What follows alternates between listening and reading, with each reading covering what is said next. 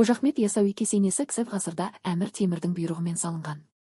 Бұл кесене Түркістан қаласында орналасқан және түркі халықтарының рухани орталығы болып саналады. Таңбалы тас Алматы облысында орналасқан археологиялық кешен. Мұнда қола дәуіріне жататын 5000-нан астам жартастағы суреттер бар. Петроглифтерде адамдардың тұрмысы, аңшылық көріністері, діни рәсімдер бейнеленген. 1969 жылы Есік қорғанынан табылған алтын адам сақ дәуірінің жауынгері.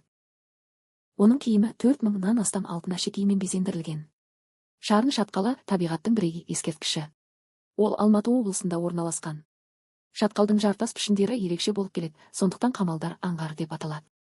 Каспий теңізі әлемдегі ең үлкен тұйық су айдыны. Ол Қазақстанның батыс бөлігінде орналасқан. Каспий табиғи ресурстарға бай аймақ. Жоңғар Алатауы еліміздің шығыс бөлігінде орналасқан тау жүйесі. Бұл аймақта сирек кездесетін өсімдіктер мен жануарлар мекендейді. Бәйтерек Астана қаласындағы заманауи сәулет нысаны. Оның биіктігі 97 метр.